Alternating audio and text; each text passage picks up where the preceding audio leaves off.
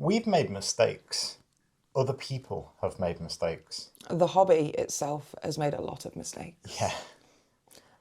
Nobody talks about them though, honestly. So let's do that. Yeah, let's have a quick chat about things we've done wrong. Things we wish we'd known. Yeah. And mistakes we've made. Yeah, and ones we'll never make again.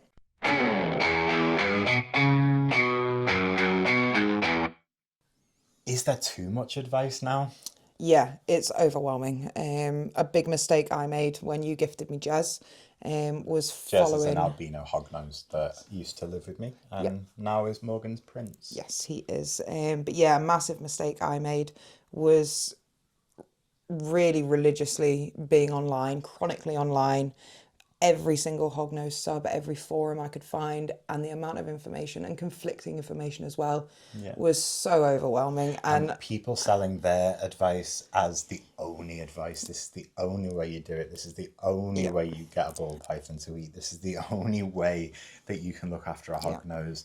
But then you find completely conflicting advice from someone else who you think is reputable. Yes, yeah, and the only similarities they have is at the end they say, if you follow anyone else's advice, you're an animal abuser. Yeah, animal abuser. Yeah. So I think there's a bad hive and herd mentality on certain communities that isn't great. And all it actually does is cause concern, worry for the person who's bought the reptile and kind of puts them off asking for help. Yes. If I shared a photo, I know we put everything online because that's what we're doing and that's fine. But we're very confident and comfortable in our decisions. Yes. So I was there to mentor Morgan when she first got into the reptile hobby. And now, especially with false water cobras. It's kind of flipped a little bit, hasn't kind of it? flipped. Yes. Because I kind of generalise, I'm quite into pythons, colubrids, lizards. And Morgan, you've got a variety, but fallen deep in love with falsies, definitely. So sometimes I will go to Morgan for advice, and you're a relatively new keeper, but you've deep dived into that research on false water cobras. Yeah. So it's really important to do your research. There are very good channels out there on YouTube, especially, who've got amazing care guides. And some of them are just so worth checking out, including us, I'll be honest. Because we're not going to preach at you and we're not going to tell you this is the only way. We will freely admit everyone does things a little bit differently. And I think that's the main point, is knowing your animal and getting used to your snake. Yeah. So I'm going to hand over to you because I think you've got... Hello, Art. Yes, a story about trusting your gut more than anything. So when I took on Pam, again, I read the... Pam is a ball python. Pam is a ball python, and I read all the information online, like Gospel was saying that ball pythons, they need a lot of time to settle, they need to be left alone, or they'll never eat. When I first got Pam home, she didn't eat for about a month. And I was frantic with worry because my husbandry was absolutely fine. You'd been through that with me several times over. And in the end, we both kind of decided, well, let's maybe get her out and get her used to me. And we'll see if anything changes that way. If it doesn't, then we can look at something else. So over the course of the next month that I had her out a couple of times a week for about an hour or so. And I just let her explore and get used to me. I was essentially a living tree for her for a little bit. And very, very quickly after I started getting her out regularly, she started eating again like a champion.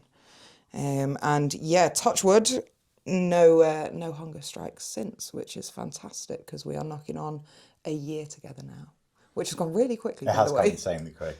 So Morgan utilises choice handling with Pam. And I think you've tried to use it, or you definitely use it with Suze, your false water I do it with all of my lot Yeah. to an extent, yes. Yeah, except for Daisy, the hognose with the monster appetite, because she thinks pinkies are pinkies. She can't differentiate between the two, so she just gets yoinked out with little to no choice. So I tend to rely more on hook and target training, which works very well for me. I also keep larger snakes, and for me, just choice handling. If I'm opening that door on a Crebo tank, I kind of want to know they're not in food mode. Oh, 100%. Let's talk equipment, because that is complicated and a little bit confronting and a little bit scary at times. And I think a few mistakes also fall into this. Yes. So As I often do, seeing what's available in the local area, I'll have a little nose. I'll have a little look on the likes of Pre-Loved or Pets for Homes and just see what's out there. If there's anything local that would be an undiscovered gem that I've not thought of before.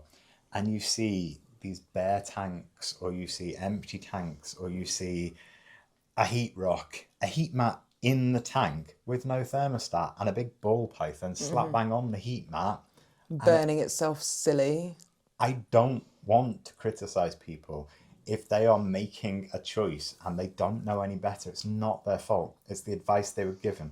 Whether they came into the hobby like me and had to learn for themselves and got advice from a pet shop back in the 90s, or whether they've seen conflicting advice online, it's really dangerous. So you've got this heavy bodied ball python laying on a heat mat, and they're not going to move. They're going to feel warm, and before they know it, they are burned and scarred and in pain, and it's just not good. Burns can lead to Yeah. infections, which, yeah, you don't want And to then deal you've with. got expensive vet trips, or even worse, they don't take them to the vet.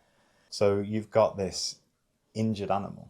Heat rocks are exactly the same. Then you've got the red light problem, and you see so many of them, and they're still available in chain pet stores. Chain pet stores, Pets at Home, Petco, wake up. Seriously, Yeah. stop it. You're giving people the wrong things. We talk about positive pet lists, which governments around the world have either tried or are trying. How about regulating the industry instead? How about making advice to actually help keepers and guide them through it? They want a reptile. There aren't keepers who just want to do the worst for their snakes.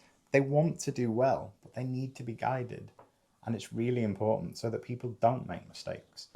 So red lights messing with their rhythm. If you've got a species that needs to be kept warm overnight and you want to be able to turn the light off, radiant heat panel, ceramic heat emitter, don't have that red light on. It's terrible. It's messing with their rhythm. It's messing with everything that tells them it's night day. Yeah. A one that absolutely kills me is the no pest strips in tanks. So when people have had a mite problem, instead of using, say, predator mites, which I am aware are not available in every country, and I know that in the countries they are, we're in a very fortunate position that if you had a mite outbreak, you've got predator mites, you've got safe mite treatments, and then you've got no pest strips that can cause serious neurological problems. Yes. Well, And they can kill they snakes. can kill Yeah. snakes, and have with an animal I took on that already had very severe neurological problems, and then I found out they'd used these in their tank.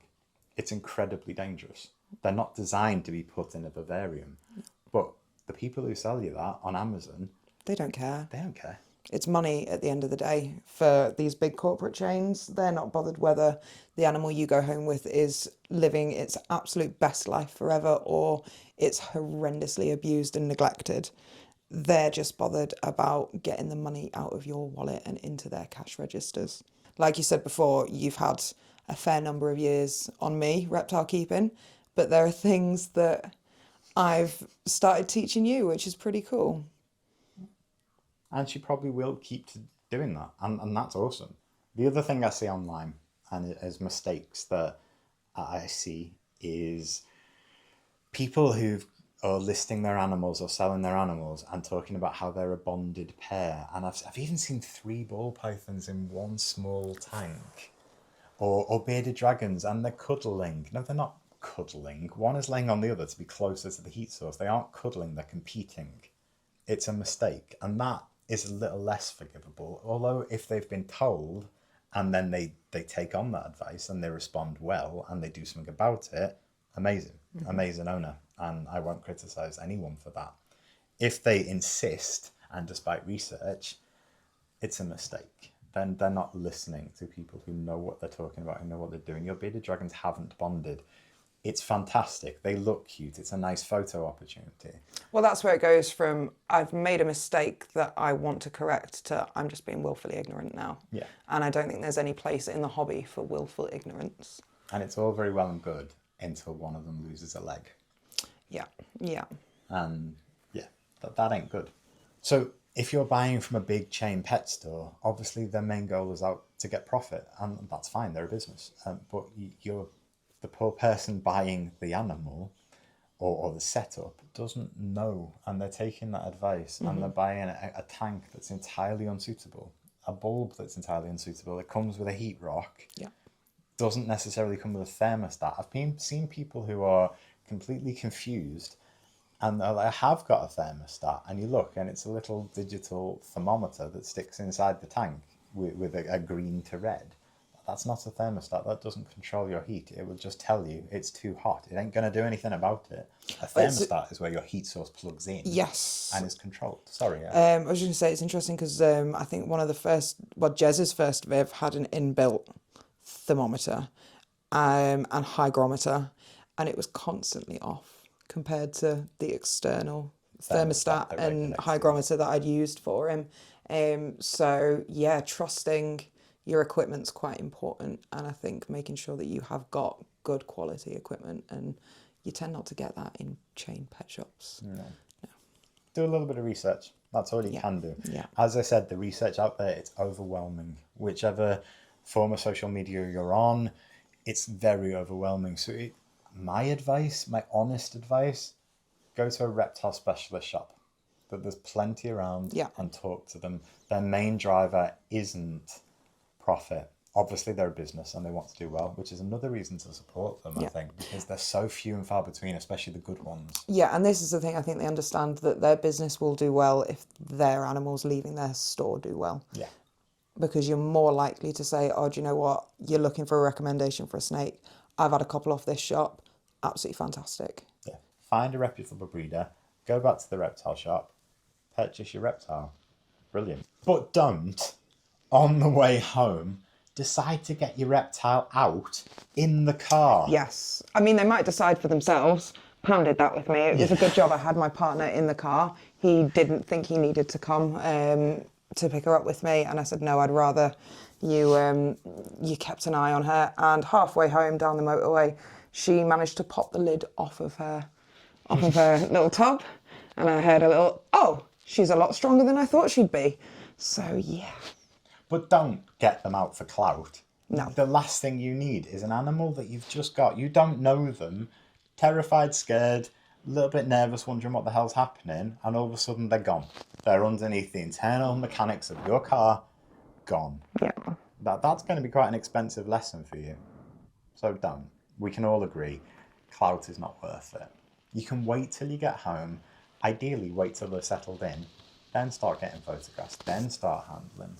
And finally, for me, before we get onto a personal mistake each from me and Morgan, I think the biggest one that I see is their fine culture. So you see people who, ideally, if that was a dog, a child, a cat, you would take it, like I prioritise dogs over children, but you would take it to a vet. But a reptile, people tend to ask for advice online, but then don't do anything about it. Mm-hmm. And if you've got a problem, speak to someone, speak to a vet. I'm in the lucky position that I've worked in the vet industry and I know quite a few. And obviously I'd then be able to support Morgan if the same thing happened. Mm-hmm. And then we'd actually go to see a vet if there was something we couldn't handle ourselves. But see a vet, they're not going to be fine. And a lot of the time, by the time you notice any problems in a reptile, it's bad. It's bad and it's too late. Yeah. So if you want to give your animals the best care, start with that. If you think there's a problem, seek advice. Mm-hmm. What are the 5 Ps? I think that's quite important. Prior planning prevents piss poor communication. But you know. Yeah, I know what you mean. Yes, yeah. Basically, prepare, and then when you think you've prepared enough, prepare a little bit more. That was really wise. Yeah. I like that. Thank you. That was really good. I've kind of lost my track, but I'm going to ask you now, what's your biggest mistake?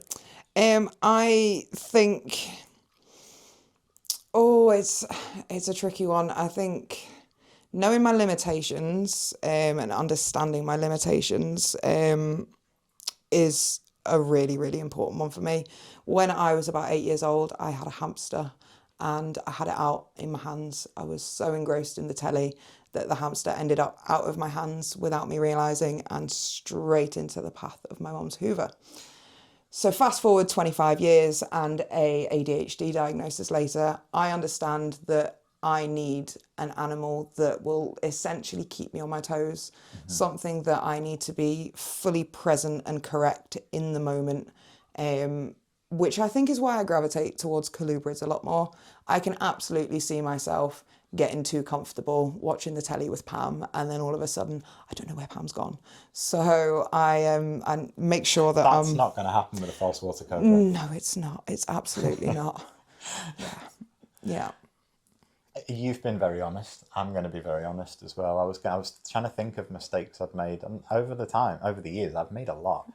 But I like to think I'm now in a position where I'm confident. And my confidence still takes knocks. I mentioned before about a snake that I took on, who'd who had neurological issues, and then I found out why. I blamed myself, and it turned out I shouldn't have done. I should have had the confidence to know. But I think that's just my personality, that I will instantly think, what have I done? What have I done wrong? What could I have done better? And I don't think that's a bad thing, to always think, what can you do No, better? I think that absolutely shows that you give it Yeah. toss about these animals in the first place. Yeah. But I will share my actual mistake. Anyone who watched, or if you haven't watched it, it'd be really good to go back and watch it now. We made a video about living in the same house as cats and snakes. And one of the reasons I am so careful about this is because quite a few years ago we had a glass top enclosure, and there was a bookcase behind it with some ornaments on top of it. Cat on top of bookcase, ornaments wet secured, smashed through the glass top of a tank. Not a pretty sight, and not a pretty ending, and a heartbreaking experience for me. Traumatic for everyone involved, I think. Yeah, and that was heartbreaking, and that's why I am so careful now, that I'm over cautious. Yeah, it's just a case of being careful, and mistakes happen, and I just don't think the community always goes about rectifying those mistakes for other people in the right way. Yeah, yeah. Let's be there for each other and support each other. We've got enough problems with different governments and positive pet lists and Everything outside of the reptile Yeah. world. Yes, yes. So I'm not going to try and sound too hippie, but let's stay positive and support each other, and be there for each other, and ultimately be there for these guys. Because that's what it's all about at the end of the day. It really is. Thank you for watching. See you soon. See you soon. Thank you. Hello. If you want to see more of these snakes and the rest of the snakes in the reptile room, give us a like, give us a subscribe, and I'll see you soon.